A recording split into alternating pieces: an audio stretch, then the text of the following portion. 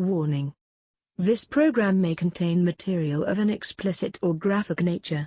Viewer discretion is advised.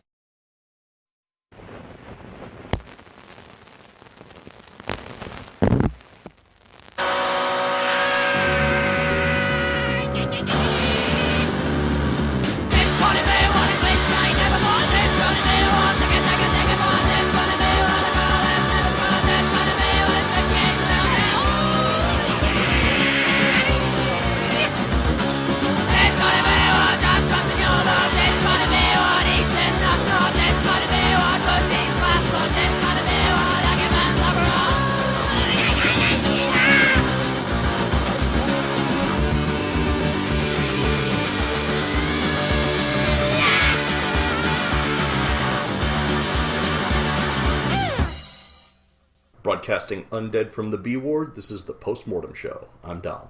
And I'm JD. And today, we're going to give you our top 5 horror movie twins. Yeah. Double D's. The twins, Daddy. Arnold Schwarzenegger and Danny DeVito. That's a good cover photo for this episode. I can see Biff and Doug Jones. That's good. Yeah, horror twins. And my list... I got a couple honorable mentions, but man, not too many because it took a lot of research. Yeah, a couple of my honorable mentions aren't even really from horror movies, but they're from weird enough movies that I put them in there, or they're weird enough characters. Yeah. But yeah, I think my top 5 list is pretty definitive. We were probably going to have some crossover on this one. I would say so. So before we get to our horror movie twins, we got a little bit of horror news for you. Horror news.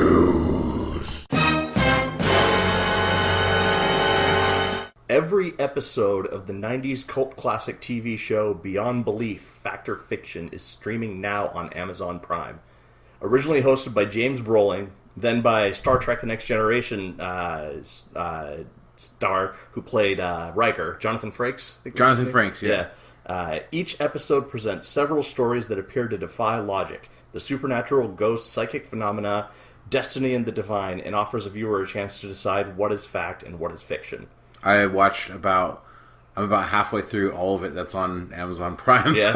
I love that show in the 90s. Me too. And I'm going to have some downtime here in about a week, so I'm going to start watching it. Yeah. It's so bad, but we're gonna have some binge watch this fucker. Yeah. Assignments and all this stuff for this time that you're gone. I'm going to give you a bunch of movies to watch. I'm down for 12 weeks, and for at least 6 of those weeks, I'm probably going to be mostly in bed. So, I'm going to be able to catch up on some shit. Yep, and the show's going to keep going, guys. We have a couple in the can. We're going to get a couple more in the can, so you might be listening to us in the past pretty soon here, as far as, when episodes are recorded to when they come out, as far as the horror news and stuff like that. So we might keep it a little bit more real-life horror news, things that are funny, as we get more and more behind schedule. But with Dom going under surgery, maybe even you non-patrons might get a sample of what the patrons get. There's some awesome shit happening there. There is. We got a lot of shit on our Patreon.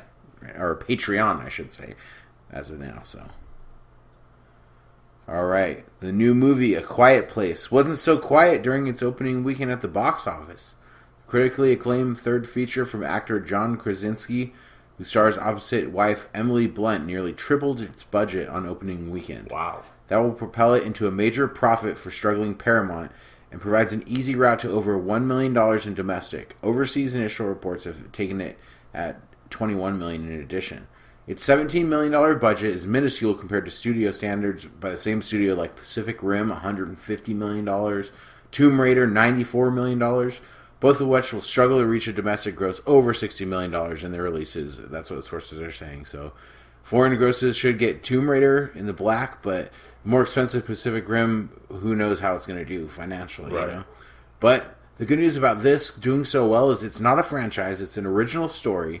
And a $50 million open for A Quiet Place is the second biggest opener for 2018. Nice. So far. And wasn't the first biggest opener? Well, it was Star Wars, right?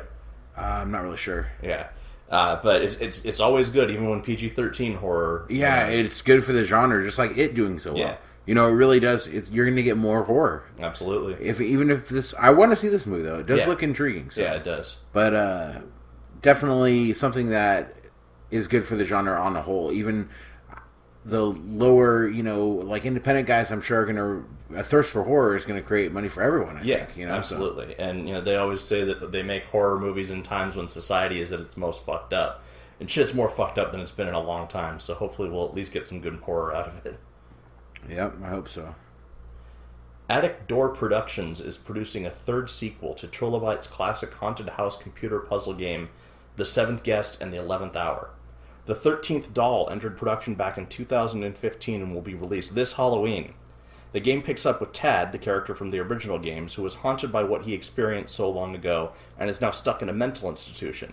One day, a new doctor takes up his case, who, in an effort to help Tad cope, brings him back to the infamous mansion. Things go downhill from there. The game features new puzzles and locations, and will feature HD full-motion video sequences, 2 playable characters with unique plot lines, and 5 possible endings. The game will also have Robert Hirschbeck returning to portray the villainous Henry Stoff from the original games. An impressive preview for the game is available on YouTube right now. It can be pre-ordered at the13thdoll.com, and the original 7th Guest games can be purchased on Steam and www.gog.com. That's GOG.com. I might check that out on Steam then. Did you ever play 7th Guest? I never did, no, but I'm super into horror games like that. Yeah, it's one of the first real full-motion video games. The video quality on it, of course, sucks. Everything's grainy. But the graphics themselves when you're in the house are computer graphics. And it's really interesting. Like, you're in this haunted mansion, you have to go around and solve different puzzles, and as you solve the puzzles, you start uncovering more and more of the story and who your character is and all that. Is it like Myst? Sort of. That's a game that was old like that, but it had good graphics for the time, It was like Myst, but on a more limited scale, because Myst was exploring a whole world, and this is just exploring a haunted house. I have the polar opposite of computer games for my next horror news. Oh, yeah? Yes. And I'm just going to do a brief disclaimer in that my pronunciation for some of these Hawaiian names is not going to be too good. I struggle with that. I have my entire life. Struggled with Hawaiian names? Struggled with Hawaiian names, yeah. I've sought help, but nothing's ever done it for me, so I'll attempt my best. This is a healing process for me. It's almost cathartic to try to read these Hawaiian names in this horror news, so I'm going to attempt my best. So, a scuba diver is being hospitalized at Kauau Hospital on the island of Hawaii after he inserted his penis into a giant clam while recreational diving. Sean, 22, was transported to Kauau Hospital after suffering from severe breathing complications, vomiting, extreme swelling, and low blood pressure. Doctors believe physical contact with the giant mollusk may have triggered his allergy to seafood and exposed him to high levels of arsenic. The scuba diver, whose condition is stabilized, said he inserted his penis inside the clam as a prank to impress his friend Thomas Meyer. It was just a joke at first. My friend was filming, so I wanted to impress him and put my dick into the clam, but then it just wouldn't let go, he told reporters. The amateur diver also admitted he was still hungover from the night before and had consumed GHB and ecstasy, which impaired his judgment at the time. It didn't hurt or anything. It felt warm and cozy inside the clam, but I was afraid my oxygen reserves were getting low, he admitted. After eventually releasing himself from the clam, the young man later developed a severe allergic reaction and was rushed back to Kauau Hospital. A doctor at the Kauau, K-A-apostrophe-U, Kailua Hospital, believes that diver's body reacted to the digestive enzymes of the giant mollusk, which was possibly trying to digest the man's genitals at the time of the incident. He admits it's his first case of this kind he has seen in 22 years of being a doctor. I would beg to differ, sir. It's always something with the genitals or the ass. Right. Things up the bum. Allergies to seafood are fairly common and usually occur after ingestion of fish or shellfish, not after sexual intercourse with shellfish, the doctor told reporters. A fatal incident occurred at the Waikiki Aquarium in Honolulu in 2014 when an aquarium employee put his head inside a giant clam and lost consciousness before he could be rescued, confirming the local reputation of the mollusk as the killer clam. In Hawaii folklore, the clam goddess Wawauru was forcibly impregnated by Awo-Aguku, the shark god, but snapped the shark god's genitals as revenge, leaving him emasculated and thus giving birth to the natives of Hawaii. All right. It's a cool story, huh? Yeah. So this is... I call that getting what you deserve. Yeah, you're going to fuck the clam. Yeah. Clam's going to fuck you back. Fucking clam rapist. You don't step on Superman's cape. You don't stick your dick in a giant clam. That's right. I've been clear on that from day one, Dom. Yeah. That's my stance, and I'm sticking to it. I think that's a good stance. That's a good, moral line to draw. I'd say like 1 out of every 6 of my horror news segments on the show are always involving somebody trying to masturbate some strange way or doing something with their genitals. Yeah, I mean, didn't fucking that guy learn anything from Anglerfish Guy? Yeah. I've never done GHB. I don't know how much it is. Who knows in the sequence of time which one of these stories was first? I don't have exact dates. So that's true. I don't know. Maybe they did it simultaneously. Like, when you like start to dig to China, right? You have this one guy in Hawaii fucking the giant clam. You got the other guy in Japan masturbating with the anglerfish. I know that's not distinctly half of the world, right? Because they're kind of close, Hawaii and Japan. But I'd like to think that someday, they were both looking up at the same star, Dome. And they shared that moment. Somewhere out there. As they were both penetrating their various sea creatures, and they looked up and shared the same star, shed a tear, and I hope they both die of arsenic poisoning. And the lesson from all of this is don't fuck fish. Yeah. Throw the fucker back. We've told you that from day one. Yeah. Listen, Sean, or whatever your name was. Has H.P. Lovecraft taught us nothing? Yeah, for real. Did he die in vain? That's exactly what he died. Fucking a giant clam. Yeah. No one knows that, but yeah, that's the truth. So it has been written. So it has been told. It is now part of the mythos. It's part of the lexicon, the canon, if you will. The H.P. Lovecraft lexicon. So Fox Searchlight Pictures has announced today, or not today, I guess. When I wrote this news down, it was Saturday, that they've inked a deal that'll see Guillermo del Toro create a new genre label for the company. Per the press release, Fox Searchlight Pictures presents... Sorry, let me try that again. Fox Searchlight's president, Stephen Galula, and Nancy Utley announced today that Fox Searchlight Pictures... That's really hard for me to say. Fox Searchlight Pictures... No, leave it. Go ahead and leave it. I can stop it at any time. Fox Searchlight Pictures. That's a real tongue twister. Anyway, Fox has signed a deal with Academy Award-winning director Guillermo del Toro that covers live-action feature films projects to be written, produced, and or directed by del Toro. Fox is also creating a new, soon-to-be-named label which will serve as home for projects in the horror, sci-fi, and fantasy genres, including those produced and curated by del Toro. Fox Searchlight sounds like the same company that would produce Bang Butts. Like some kind of amateur porn. Fox Searchlight. We're searching at those foxes. We're searching for almost underage girls. Get into the van. So these films will be financed, marketed, and distributed by Fox Searchlight Pictures. Del Toro stated, "For the longest time I've hoped to find an environment in which I can distribute, nurture, and produce new voices in smart, inventive genre films and channel my own. In Fox Searchlight, I've found a real home for live-action production. A partnership based on hard work, understanding of each other, and above all, faith. After the wonderful experience I had with Fox on The Shape of Water, I'm honored to have the opportunity to continue this relationship. I'm more than grateful to Nancy, Steve, David, and Matthew for all they've trust they put in me, joining me on this adventure." So, this finally means, hopefully, we'll get At the Mountains of Madness. That's awesome. I would love that. Yeah, but either way, they're letting del Toro curate, this whole sub-wing of their company. And it's going to be great. Yeah. It's got to be. Yeah. He's not going to put crap out there. I don't think so. I mean, he's put crap out there in the past. Let's be honest. Let's call a fish, right? There's a couple that could have been thrown back. But, True. But they're all, good in their own way as well. Yeah. So, he's got good vision. I love Guillermo del Toro. So, TNT Monster Vision's own Joe Bob Briggs made an announcement at the Chattanooga Film Fest. Joe Bob's coming back to TV. But not on cable. He's going to be hosting a 24-hour marathon on Shudder. 24 hours of Joe Bob's intros, outros, and of course, the drive-in totals. Wow. It's going to start on a Friday in June, but there's not a date specified yet. Joe Bob's Facebook page says they'll be posting more information soon. I love Joe Bob Briggs. I've been thinking about getting Shudder while I'm on my my hiatus. Yeah, this could be incentive, but it's going to be in June, so you'll probably be I'll better. Still be on. No, I'm going to be off work until July. So I don't know how to add up dates, Tom. You know that. Yeah. You need me to help me with those kind of things. Yeah. be your secretary. Wear a short skirt. Hey, it's 6:49. You gonna come to the meeting at 6? Shit. Fuck. All right. Well, anything else for you? Fox Searchlight Pictures. I got Anymore? nothing else. That's it. All right. Yeah. Fox Searchlight I Pictures. just had to get it out there the right way. Fox Searchlight Pictures. You did it. I did it. Pat on the back for me. High five. High five to Dom.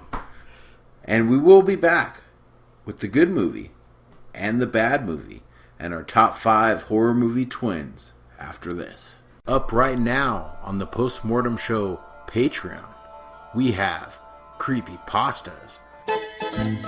Hey, it's a creepypasta. That's a spicy horror meatball. Hunting Season, Judgment, Delivery, It Came from Fox News, Handsome Stranger, and Wildfires, all written by Dom and myself. We have Postmortem Off Topic.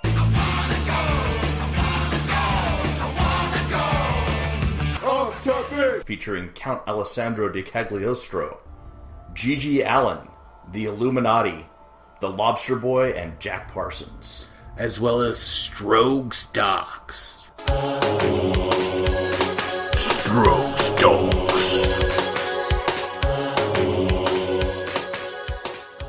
Bros Dogs. The Selfie Killer and the Greyhound Bus Killer, with Strogs Docs 3 dropping next week. Ooh. We've been sending out stickers to all of our patrons, as well as handwritten letters of love, and we're going to begin listener shout-outs at the end of this episode. And if you go check out our music section, you can hear music from Weapon A, Grave Command, Public Defecation, Old Scratch and the Necrophonic Orchestra, and Mechanical Ghost. And I've just released a new album, and if you're one of our $20 patrons, you get that album for free. As well as the Best of JD Horror Deathmatch Series Volume 1 DVD video download. There will be more. We have shirts coming for our $50 patrons, as well as you patrons that are below the $50 level. We will be giving discounts on the shirts to sell on the website as well. So, more stuff coming, new off topics, new creepypastas, a lot more on Postmortem Show Patreon. Thank you if you're a patron, and if you're not a patron, why the fuck not? Just give us 1 month. 1 month. You won't be sorry. It'll change your life. And you get the episodes early. Forgot to say right, that. yeah. You get the episodes early every week. We're going to do this commercial every week and kind of update it, so... Until all of you are patrons. Until all So of if you you're are sick of it, you're sick of it, do your part in making us not have this commercial anymore. And coming soon, ad-free Patreon. Ad-free patron. All right, thanks a lot, guys. It's time for the good movie. And the bad movie. This week, I have one of the best movies I've ever rated on the show. Wow. So, why don't you start us off with your bad movie this week? All right. My bad-ish movie is a 2008 body horror sex comedy directed by Frank Henenlotter and written by underground hip-hop legend R.A. the Rugged Man, streaming now on YouTube, Bad Biology. I've never seen this. Yeah, I heard about it, yeah. and I wanted to watch it, but I just kind of never connected with it. Yeah. What did you say was that genre again? Body horror sex comedy. Body horror sex comedy sounds like the best thing ever. Yeah, and it could have been. It just had some flaws. So I am going to say, well, I'll get into it. So, driven by biological excess, a man and woman search for sexual fulfillment, unaware of each other's existence. Unfortunately, they eventually meet, and the bonding of these two very unusual human beings ends in a god-awful love story. That's the official synopsis. My description is: Jennifer was born with 7 clitorises, has insane periods, gets pregnant every time she has sex, gives birth to mutated freak babies 2 hours later, which she throws in the trash, and is going homicidally insane. That sounds amazing. Why is this your bad movie? It's not done yet. Bats accidentally had his dick cut off when the doctor cut his umbilical cord, had it sewn back on, and underwent experimental steroid treatments to make it work again, and ended up with a giant sentient drug-addicted dick that is trying to take over his life. Together they join forces in search of the ultimate cosmic orgasm. That sounds like the greatest movie in our generation. So right off the bat, this is a total B movie. It was really cheaply made with mostly inexperienced actors and focuses more on sex and violence and the ridiculousness of the premise than any kind of in-depth story. It was not a quote-unquote good movie by any standards, but on the level of a trauma film, it was entertaining and it was really funny. Oh, it was trauma. Okay. No, it wasn't a trauma film, but it's in that style. It's in that kind of style. Kind of like the Father's Day and that kind of stuff too. Yeah, exactly. Yeah, from the guys that made The Void. Yeah. They're what's it that called? Something 9? What's their Vestron 9 or Vestron something? 6 or something like that? Something like that. Yeah, all their movies are like that. Yeah. So this movie totally delivers on nudity and sex, and the fact that it's flying under YouTube's radar right now is impressive. So go watch it. It does hold back on actual gore, and I think that was a budgetary decision. Is it supposed to be on YouTube though, or is it like just somebody uploaded it? Somebody just uploaded it. Yeah. So you guys just watch it on Amazon Prime or Netflix? It's not there. Oh, it's not. It's not on either of those. Or if you're gonna watch it on YouTube, just buy it afterwards. Yeah. So it does hold back on the actual gore, and I think that was a budgetary decision. If this movie was made on just a slightly larger budget and could go all in on the carnage, it would have been a massive improvement. That said, this movie probably would not have gotten made if it was reliant on backers, as the subject matter would be pretty hard to sell to Hollywood. The acting was largely porno quality. Most of the actors were either East Coast underground rappers, porn stars, or amateurs. The actress who played Jennifer did go all in on her performance and was pretty fearless with it, so even if it was rough around the edges, it was still entertaining. And the actor who played Bats seemed to be a little experienced and gave a pretty funny performance at times. This movie was clearly made on the cheap. The director does do some interesting things to convey the story on the limited budget, though. He uses a lot of good camera angles reminiscent of Sam Raimi, especially when looking at things from the mutant genitalia's perspective. And he uses this weird subtle warping effect on some of the scenes as the characters start to go crazy, which gives it an acid trip feel, and is pretty effective in conveying the character's insanity. This is not a perfect movie by any stretch of the imagination, though. There are parts where the acting is so bad that you're cringing, and it's not so bad. It's so bad it's good in some of those parts. Cannibal the Musical. Yeah. It was clearly an amateur production made by people who had no idea what they were doing, but had a massive idea, and some girls willing to take off their clothes on camera. So, there's something to be said for that. It was entertaining, and it did get some good laughs out of me, and if you like trauma-style B-movie horror, you will probably like this movie. I'll probably love it, though. Yeah. My problem is that it does pull back at certain times where it should go over the top. Just a little... With the comedy or the gore? The gore. Oh, that sucks. Yeah, this movie absolutely could have been gorier, and I think they just didn't have the budget or the skill to do it. Like, the dick puppet looks terrible. It's okay. It's a dick, but it's a dick puppet. It's okay. Yeah, it's a dick puppet. It doesn't have to look good. Yeah, we get the concept. Yeah. It's still funny. And Michelle and I were split on this movie. She didn't like it at all, and I thought it was still entertaining.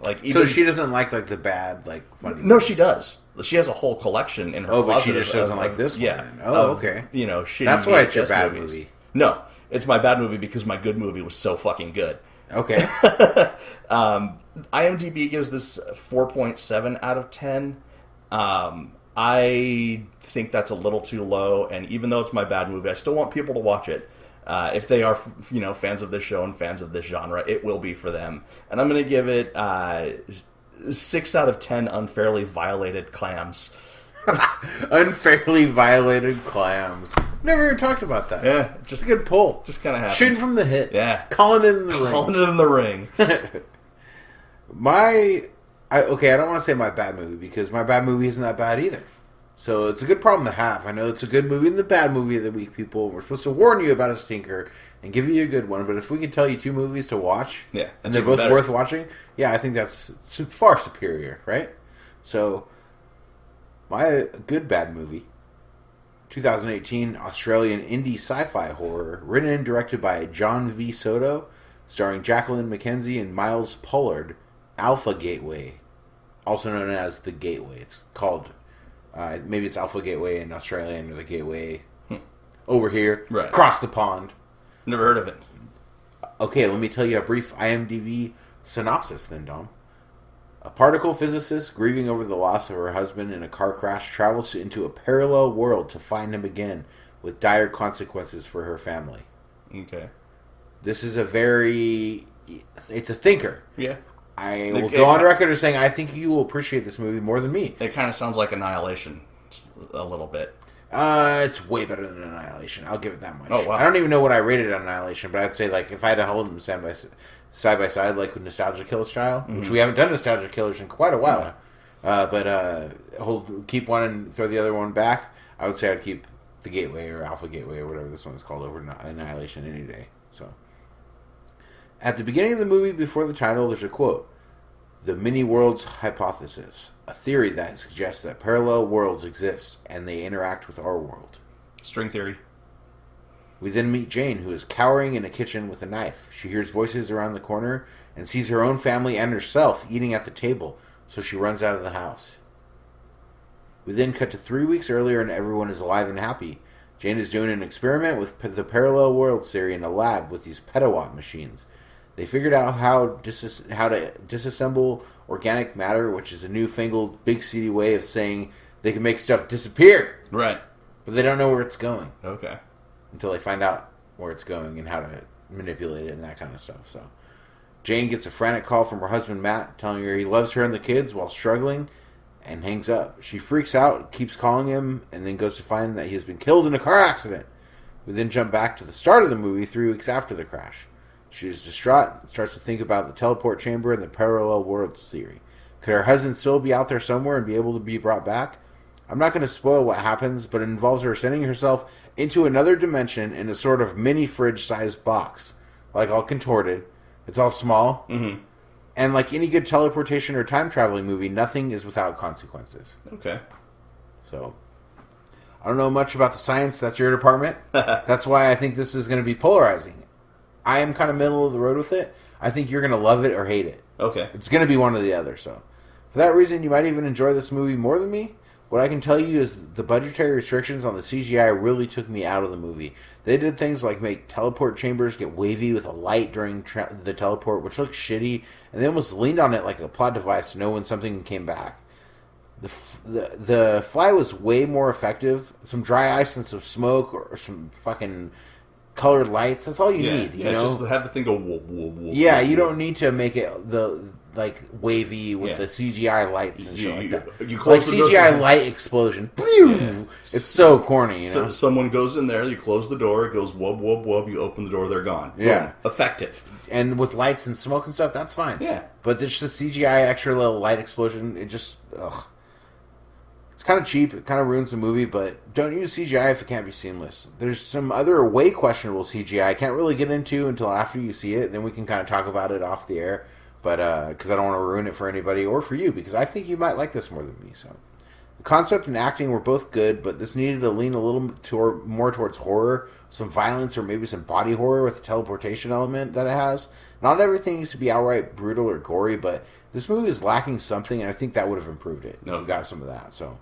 IMDb gives it a 5.7. I'm going to give it a 6.5. What was it?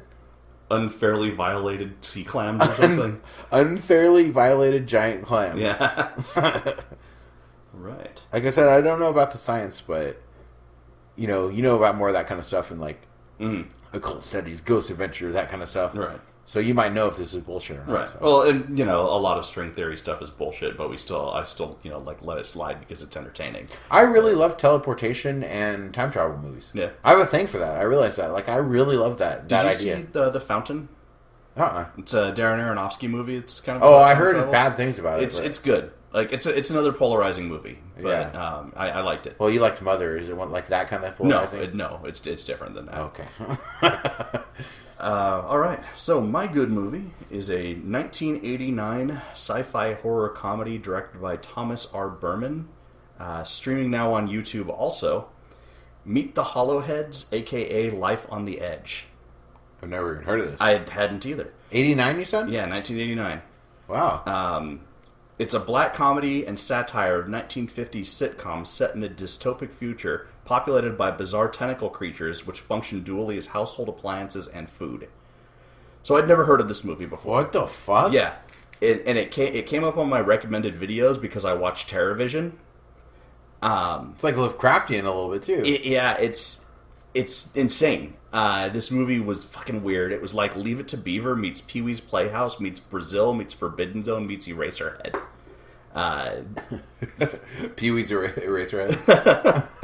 Let me talk this to poor little baby. So this was the director's passion project, and the only film directed by him. He was a legendary Hollywood effects artist. He worked on Invasion of the Body Snatchers and a lot of other movies in the 60s, 70s, and 80s. And it's really hard to categorize, but it's fucked up and strange enough to be talked about on this show. So the Hollowheads live in a strange world where people live underground in houses connected by a massive tentacle beast called the United Umbilical. The creature powers their houses and works as a pet and a servant, but is also their primary food source and occasionally tries to kill people. The whole world revolves around this monster as well as a massive series of pipes and valves that get other substances into and out of the apartments. So they're like living within a giant beast? They're living underground and everything is connected by this giant beast. And like it's But they're living within it in a way, right? Sort of, yeah. Yeah. That's pretty cool. Yeah. It's like, what do you call it? Pinocchio. Inside the whale? Inside Monster. So the society is heavily stratified, with the pipe scrubbers at the bottom of the social ladder living in filth, the valve readers in the middle class living like 1950s nuclear families, and the upper class living like corrupt, debauched assholes. There's also something that they refer to called the Edge, where they send criminals and old people never to be seen again. Mr. Hollowhead and his wife and 3 children live in the middle class and are fairly happy with their lives. Mr. Hollowhead wants a promotion, though, and invites his boss, Mr. Crabneck, over for dinner. Mr. Crabneck is a rude, violent pervert who brings chaos into the Hollowhead house when he tries to fuck Mrs. Hollowhead, ultimately resulting in mayhem and attempted murder. This sounds like my favorite movie. There's a reason it was my good movie and the other one was my bad. So this was a really unique story. It was told largely within the confines of a single house, with one sequence where the kids venture out into the dark world. And while the story was basically a ramped-up version of a classic sitcom scenario, the world and the characterization made the story really original. There were a lot of the familiar tropes, but it was spun out into total biomechanical strangeness with the addition of United Umbilical and a few other strange creatures. The acting was all over the top. Character actor John Glover, who's one of those "oh, that guy" actors, does a great job as the passive family man pushed to the edge. Veteran stage actor Richard Portnow is a slimy, disgusting pervert as Mr. Crabneck, and Nancy Meat, who is also spelled M-E-T-T-E, who was also in a shitload of 80s movies, is a 50s housewife with a crazy streak that comes out every time something starts to go wrong.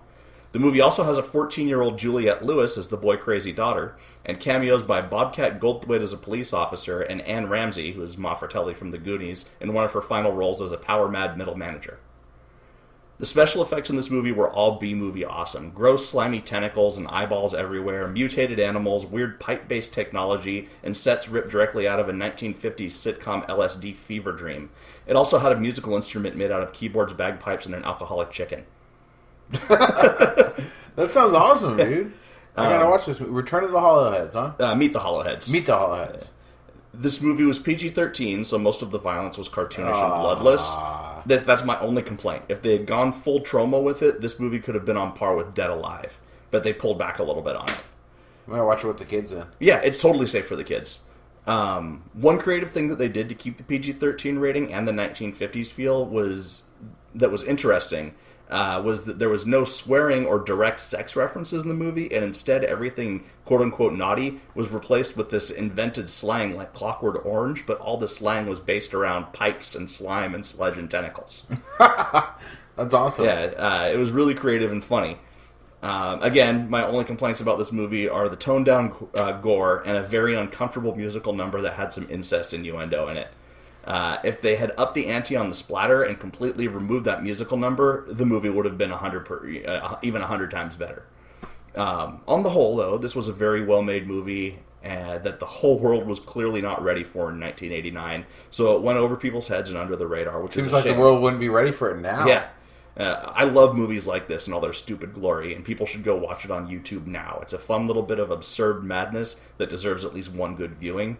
IMDb gave it 5.7 out of 10. That's way too low for me. I'm giving it 8 out of 10 unfairly violated giant clams. Unfairly violated giant clams. Poor clam. Yeah. Save a clam. Just 1-800-SAVE-A-CLAM. Just sitting at the bottom of the ocean, Yeah. doing its thing. If that clam does not say yes, no means no. Yeah. Consent for clams. Me too. And another movie with the made-up language we're going to be watching from Eileen soon. So yeah, we will get to it, Eileen. We didn't forget. We're waiting till Dom goes under the knife. Probably next episode, yeah? I don't know. Okay. I don't even know what sequence we've recorded in. Yeah, it's total chaos. It's total chaos in the B feel ward. like I'm in that... It's Discord in the B ward. I feel like I'm in that time travel movie that I forgot the name of that I just reviewed. Yeah, we've done like 2 double shots and then a single shot in between, and yeah, I don't even know where we are now. All right, well, my good movie this week is a great movie. So, 2018 true crime drama written by Jameson Brooks and Sheldon Chick, directed by Jameson Brooks, based on the true story of Brian Dennehy. Have you heard of Brian Dennehy? The actor? No. That's Dennehy. Oh. Okay. No, it has nothing to do with Brian Dennehy. Okay.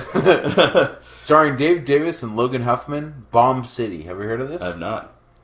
It's a crime drama about the cultural aversion of a group of punk rockers in a conservative Texas town.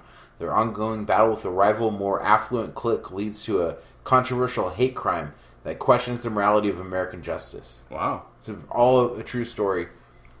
Opens up with 2 punk rockers taking a run at a mob of rednecks. We then see a prosecutor talking about how one of them had a Destroy Everything patch from the band Filth. Good band, by the way. Yeah, great band. And combat boots, and was ready for war. The intro is overlaid with old TV set with Marilyn Manson talking. A narration from Marilyn Manson talking about like this incident. Interesting. You know how he kind of like how he talked about like Columbine and Yeah. all those relevant things at the time when he was relevant himself. Yeah. He would talk about these kind of things because they would ask him about it. Yeah. Because he's it's like from an old interview? yeah. Okay. Yeah, it's real. Yeah, Okay. it's from an old interview. Yeah. From like the early 90s or whatever he first hit the scene. But at the time, you know, he was the guy that like people viewed as like, wow, this is what counterculture is. Let's ask him, what does he have to say about it? Because that's what these weird people would have to say. When he's not even a punk rocker. No. And he talks about them as punk rockers, and he's very... It's a good interview. I haven't seen the full interview. I just seen the clips from the movie, but it's pretty cool, so... We then follow Brian as he hitchhikes and skates. He's a crust punk. It's juxtaposed with footage of a football team praying before a game in Amarillo, Texas, where this all occurred.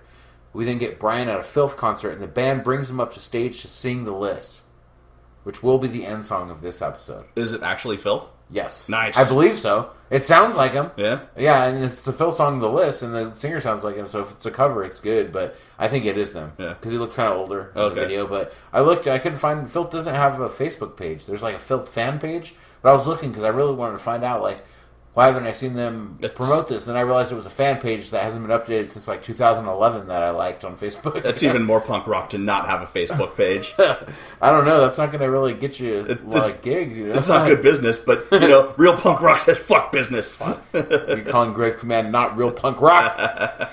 We have a Facebook. Facebook.com/Grave Command. Go listen to my shit. gravecommand.bandcamp.com. Anyway, after the show, some friends go to the Mr. Frosty, where a confrontation ensues with the local jocks. This movie pops back and forth between the past and the court trial. Okay. So it's kind of hopping between the court trial after all these incidents happen, and you're seeing them happen in real time as well, back and forth. So I don't know how true to the real story this movie is, because I read so much about this after the fact, but I'll get more into that later. But one of these things that may or may not be true is Brian's dad is super cool in the movie. Mm-hmm. Something I heard that he wasn't when I was doing my research, so I don't know about that. But his parents are really nice. It's not like he's rebelling against a bad home life, more the norms of society, which I don't know if is true or not. But that's what's conveyed in the movie, because the family is involved with the movie. Okay. The group of friends really is just fun-loving, pulling practical jokes and stuff. With the rednecks, they don't really instigate it. Okay, maybe a little bit, but it's mostly from one side. Texas cops are fucking assholes, apparently. Yes. And everyone knows that, right? Just from movies and stuff. But there's this one Tommy Dreamer-looking motherfucker who's a huge piece of shit. Texas cop in this movie. I don't want to spoil what happens if you aren't familiar with the case, but it just keeps escalating until something really horrible happens. If you aren't familiar with the case, don't read about it and go in blind to the movie. Because you might appreciate the movie more. I knew what happened, and I still loved the movie. But I think you'll get more out of it if you invest in these characters and you don't know what's going to happen and who it's going to happen to or any of these kind of things. But I fucking love this movie. It's like a truer, gritty version of SLC Punk combined with like a green room. This is Jameson Brooks' first movie. He's from Amarillo, so this is a passion project for him, I gotta imagine, but he shows such amazing talent right from the get-go. I don't know how accurate the story is, like I said, because he has the blessings of Brian's family, but this story really affects me. The acting is great, and it just builds and builds, and it just fucking rips your soul out, rips your fucking heart out. Wow. And I really like this group of friends, and this is a true real-life tragedy. I remember hearing about this when it first happened, back in the days of, like, AIM, ICQ, like back in those, it was in the chat rooms. 90s, so it's like in the late 90s, I think it was. But I remember hearing about it, and I was like, fuck, man. Fucking rednecks. Yeah, assholes. IMDb gives a respectable 7.2, but that's not good enough for me. I'm going to give it 10.0. Wow. Violated giant clams? Unfairly violated. Unfairly violated. And what's the name of this movie again? It's called Bomb City.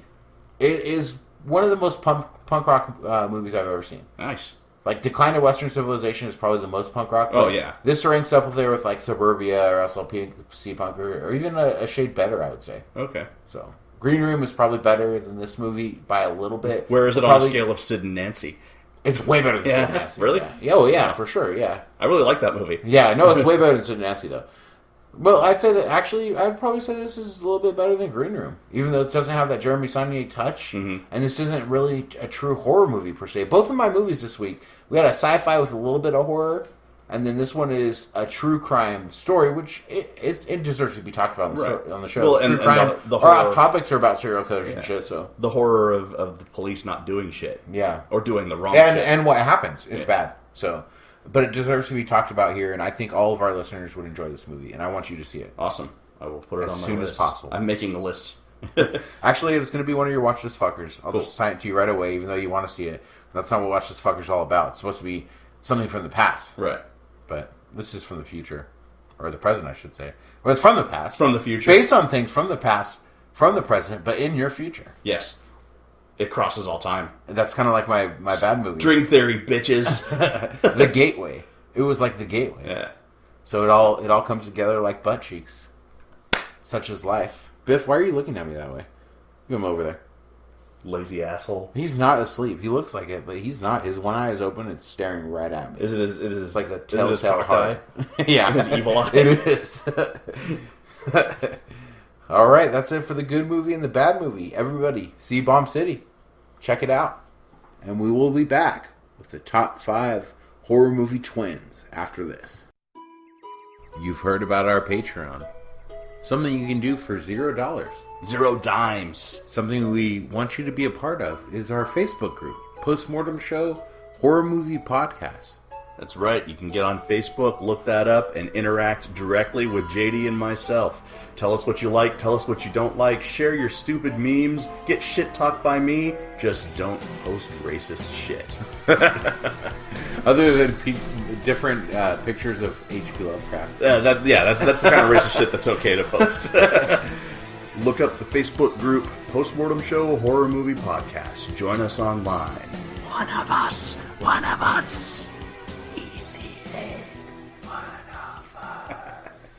And we're back with the top 5 horror movie twins. So, tweens,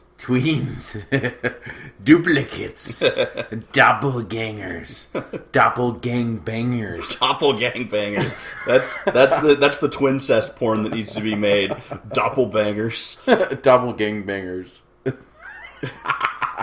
I definitely amuse myself. If no one else, that's really all. If you're listening matters. and out there somewhere on iTunes, Stitcher, whatever, send us an email, postmortemshow@gmail.com. Say, I get it. I get you, dog. I'm with you. I stand with JD. No one's partying as hard as me right now. I'm still wearing my swim trunks right now. Wow. Wearing my swim trunks. I got my beer. I'm very sunburnt. Yeah.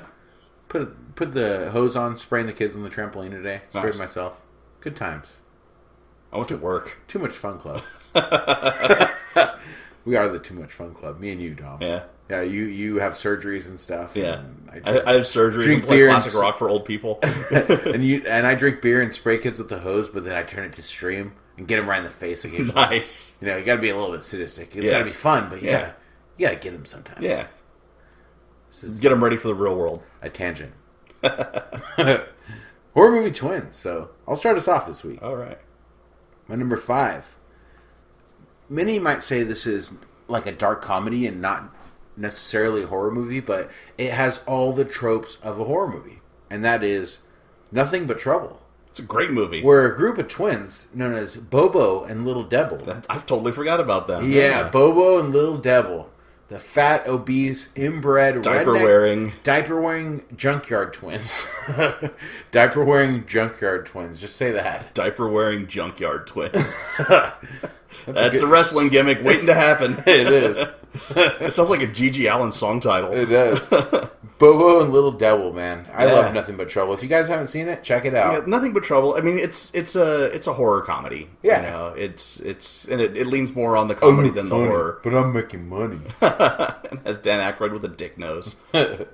He does have a dick nose, doesn't he? My number 5 is from the movie City of Lost Children, and it's the Octopus. They're not just twins, they're Siamese twins, and they run a criminal underworld gang of orphans. City of Lost Children? Yeah. It's not City of God. No, City of Lost Children. It's made by the guy who made Delicatessen and Amelie. Oh, I've seen Delicatessen. I've never seen Amelie. I thought that was like a kid's movie. No, it's... Is it good? It's dark.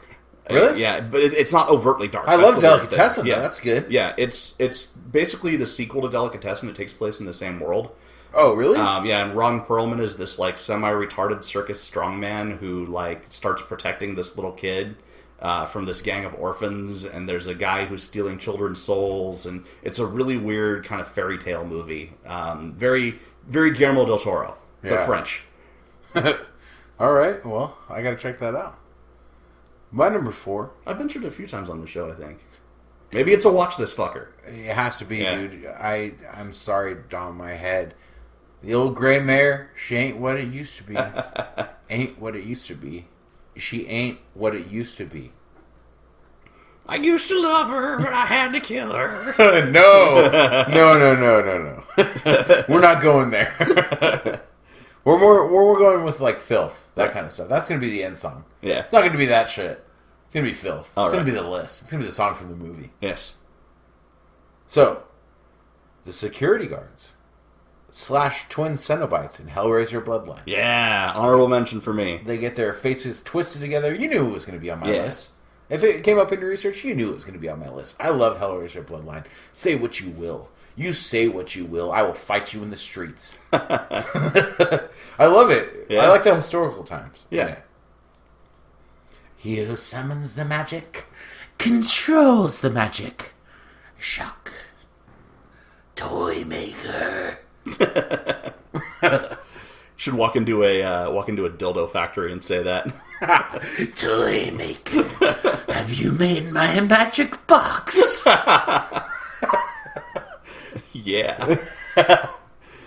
My number 4 is twins. I don't know their last name, but their names are Beverly and Elliot, both played by Jeremy Irons in the movie Dead Ringers.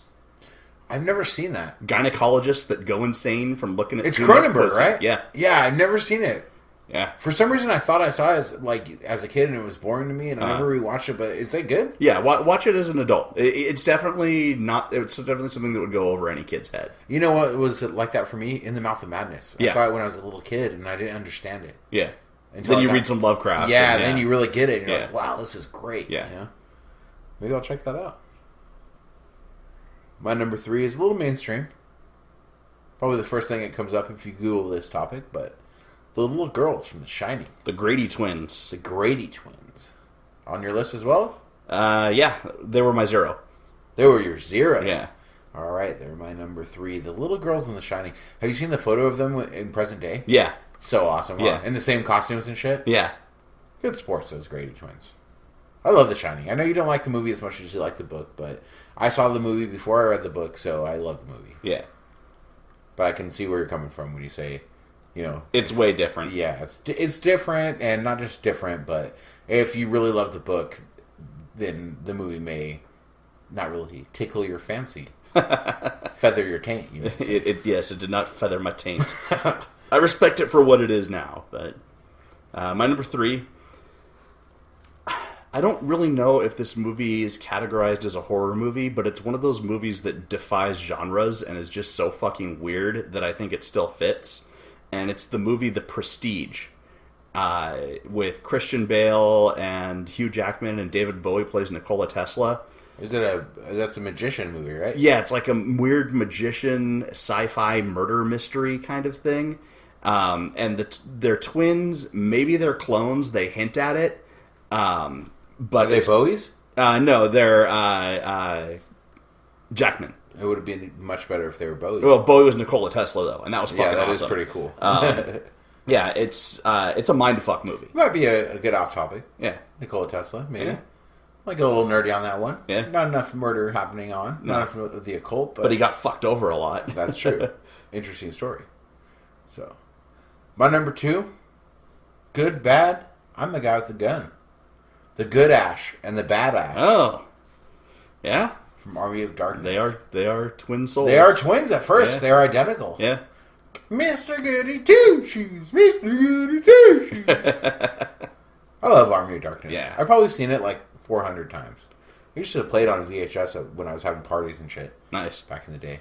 When I was a young man. Yeah. My VHS tape of it. I have the director's unrated whatever VHS tape of it. It's like fucking way longer than it should be. It's like 3 hours long or something. It's really fucking long. Yeah, it's really long. So much bonus shit. They could have made 2 movies out of all the shit they filmed. Why? Why do that? Why spend all that money filming so much you're going to have to trim? Because Sam Raimi is insane. But I love him. Yeah. So that's why good and bad Ash are my number 2. Nice. My number 2 are the Black Angels of Hell from Regurgitated Sacrifice. That's my number 1. Really? My number 1, the Black Angels of Hell. Nice. So we'll get into that in a minute. Yeah. So we'll just go to my number 1 then? Oh yeah, I guess we'll get into it right now. Yeah. Black Angels of Hell, the Sausage Sisters. Yeah. And Lucifer Valentine's Regurgitated Sacrifice, most notably. Beating up people with telephones and gagging people and making out with pregnant chicks. I really love that movie. Yeah, it's Lucifer Valentine is an artiste. He's a visionary. An artiste. An auteur. An auteur. And the Sausage Sisters, I like their movies and stuff like that, but I really like them in that movie. Yeah. They were gritty. Yeah, and like they didn't even really ever talk about that it was them in that movie. And it's not Elevator, too. Yeah. Like, have you seen Elevator? I haven't The yet. way they are in that? Yeah. Like, my kids watch it. I watch it with my kids because they like it. Like, they're transcending into horror, and they like it because it's girls, and they really like get those game shows, reality TV, that kind of stuff. Yeah. So we've seen, like, the first couple seasons. But, of course, they're very, very dry, tropey host kind of things like that. But that's probably what the Game Show Network wants. It's not necessarily on them, but it's still good. Yeah. And they're playing it like in a dry, like, tongue-in-cheek kind of way, right. too. So Trying to be like spooky almost, But in this movie, they had a lot more than tongue-in-cheek. There was some shit going on there.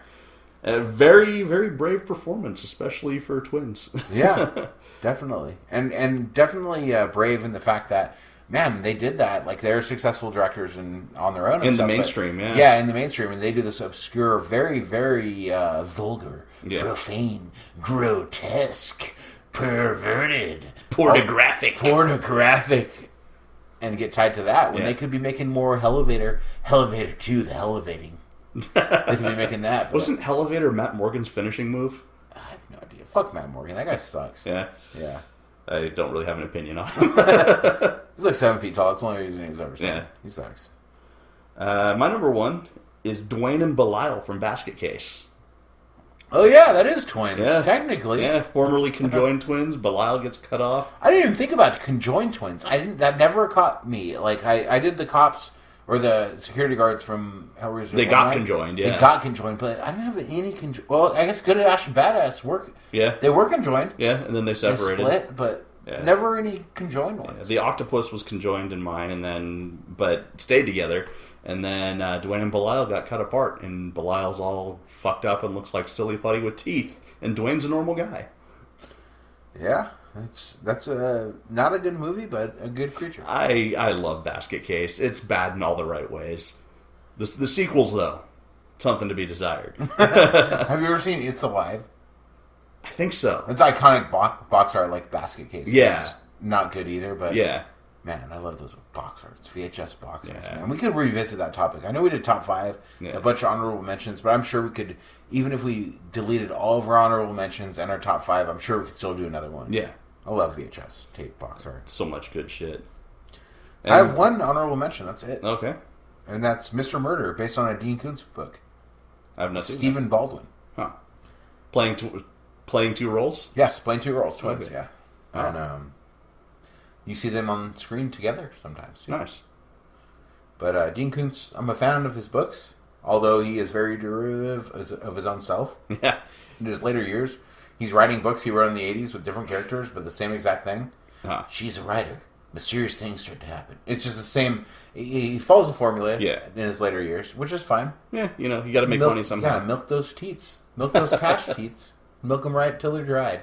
And he used to look like a badass, like a man's man. Yeah. Like in the 80s in his books, he had this big old mustache, his thinning hair and stuff like that, He looked like Jack Ketchum, like an author who'd also drink and also punch you in the face. Right. And write a good story. Yeah. That's what he used to look like. In his later years, he got all dental work, so he started to smile, like he got these big old fake teeth. He shaved the mustache, and he started to look more and more like a woman. Oh, no. And he's still alive. Dean Koontz, God forbid, he would die. Yeah. But, what do you mean, God forbid? Why did I say that? Why would I say that? It's just a slang term. Satan forbid. Doug Jones forbid. Doug Jones forbid. Dukes forbid. I really only have one. I'm going to start saying that in random conversations to people that don't understand what I'm talking about. I'll be like, Dukes forbid. Dukes forbid. Wow. Yeah, I only have one honorable mention that's from an actual horror movie, and it's once again the Soska sisters, but it's the twins from Berlin and American Mary. The body modification twins. Yeah, pretty cool. I also gave a shout out to the twins from The Matrix Reloaded. Not a horror movie, but they were horror characters. The white... the albino twins, guys? Yeah. And they were actually ghosts. Yeah. Yeah. They were pretty cool. I thought they were cool characters. Although, I mean, if The Matrix is... I think that The Matrix... It might not have made as much money as it did by doing the sequels and stuff like that, but I think it would be more of an iconic movie if they never followed it up from the first movie. Right, especially with that atrocious third one. Bastardizing it into this trilogy, it just really ruined it for me, I The liked initial the second Matrix movie, is so fucking good. Yeah. I liked the second one, but yeah, that third one was awful. Though the Animatrix, the animated Matrix shorts, those are cool. Oh, I haven't seen those. They're other stories from within the Matrix, so it doesn't follow really Neo or any of that stuff. I thought it was going to be like a Japanese animation cartoon about a kid's breakfast cereal with a bunny. Animatrix, get it? Yeah, I got it. It's for kids. I'll be here all night, folks. And also, if you get the Patreon, I'll be here several nights a week. Do birthday parties and bar mitzvahs. I'm going to start just leaving random messages to all you guys on the Patreon feed. It's not even going to be an off topic. It's not going to be a creepy pasta. It's just going to be me just talking to you. Drunkenly rambling just for 30 minutes. It might be longer than 30 minutes. I'm just going to sit here and I'm going to talk about everything. You're going to get the skinny. Life. Yeah. Life according to You're going to JD. get the Hank skinny. Not just the skinny. I'm going to give you the Hank skinny on JD's life. All right. Well, I guess that wraps the show, though I think we should give a shout out to some of our Patreon patrons. Of course. I wasn't prepared for this. I was not either, so we're going to have to edit this. Yeah. Edit. We were supposed to end the show and record that separately. And so, Smell Like Fish, throw the fucker back, and then I do the end theme. Oh. And then... Do it after that. I even posted a thing on the thing, like, hey, stay tuned after the end message for patron shout-outs and stuff like that. Well, I want to do it after the last thing so that it's not, like, intrusive to other people who listen to the show that don't want to be a patron. Right. I don't want to just talk about the patrons over and over to the other people that aren't, and, that drives people away. Right. So... I'd rather just talk about it at the end after the show, if that's cool with you. Yeah. Okay, cool. All right, so let's go back to at the end. All right. Are we recording still? Yeah. Well, I guess that wraps up this episode. So, as we always say, as H.P. Lovecraft once said, as he dove to the bottom of the ocean and found himself a sexy little clam and slowly slid into it, then pulled out real quick because he didn't want food poisoning. It smells like fish. Throw the fucker back.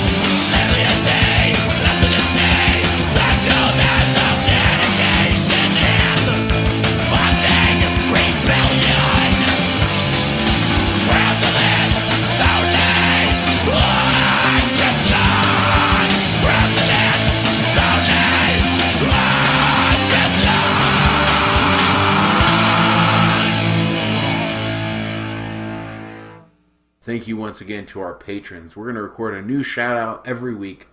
If you've already heard your name, don't worry. You'll It's hear going it to be again. different Yeah. every time. You're going to hear your name again, but you're going to hear it in a variety of ways. We're going to change it up on you. Starting with Mr. Mark Bartlett.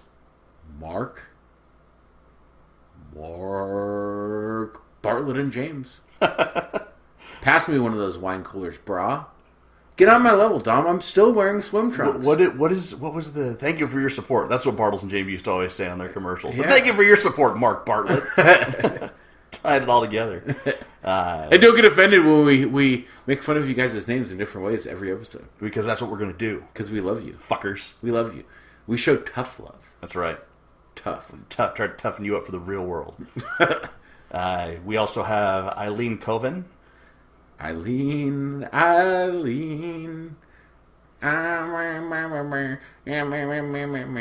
know what I'm talking about? No. It's like Dolly Parton or something. Okay.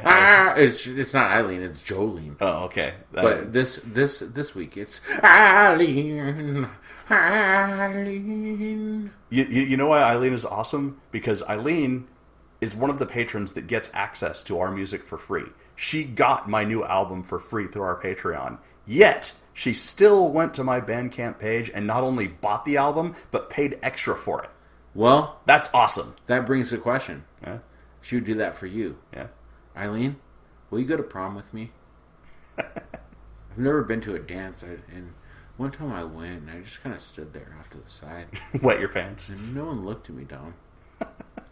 With one headlight. We have Peter Stinky. Peter Stanky. Peter Stanky, fan of the wrestling. Yeah? Never heard the show before. I don't. To my knowledge, maybe he has now, or maybe he's continued to be a patron, but became a patron for the Best of JD Horror Deathmatch series. Got it. Still continues to be a patron. Thank you, Peter Stanky. Good guy. Keep listening. Speaking of a good guy, our good friend Brent Watts. Brent Watts. Some chick named Aubrey. Wait, I wasn't done with Brent Oh, you weren't Watts. done. You weren't done. You with gotta Brent let Watts? it breathe so I can think of something to say. I don't have the list of names. If you could give me the list, then I would know something to say before. As I was saying the other one, I would look at the name beneath it, and then I you would would already prepare something. You'd to have the say. next spot lined up. I already said like the Wattsologist or something Yeah. last time. That doesn't make any sense. No. Why do I say these things? I don't know. Tourette's.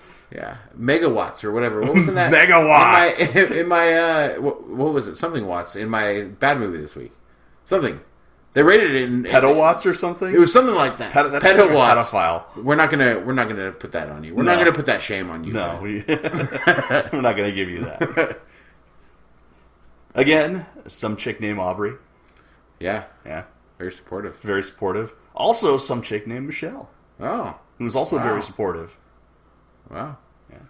Yeah, that kind of throws us under the bus that we don't have so many patrons after all. But it shows that we have good women in our lives Yeah, we do. who support us. Yeah, she supports me every night. Sometimes twice when I'm feeling feisty. Wow. That was very uncomfortable though. You looked at me. Right? It was the expression on your face that did it. Yeah, it was. We have Valerie. Miss VG VG. in the hizzy. Throw it up. Vertical growth. Throw it up. Hank Skinny. That's And- Hank Skinny's grandma. VG is Hank Skinny's grandma. Yeah. Vomit Gore. And The Hero Within, which is a friend of mine who we will not mention by name, but runs a clothing line that you should look up on Facebook. And every time I hear that, I always think of the guy Cloud from Final Fantasy VII. She does have a really big sword. Really? Yeah. I just think of that graphic though for some reason. I don't Yeah. know why. But yeah, thank you.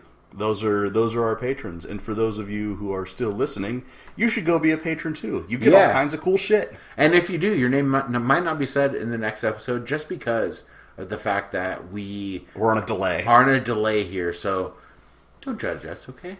I'll say your sultry name someday in my velvety tones.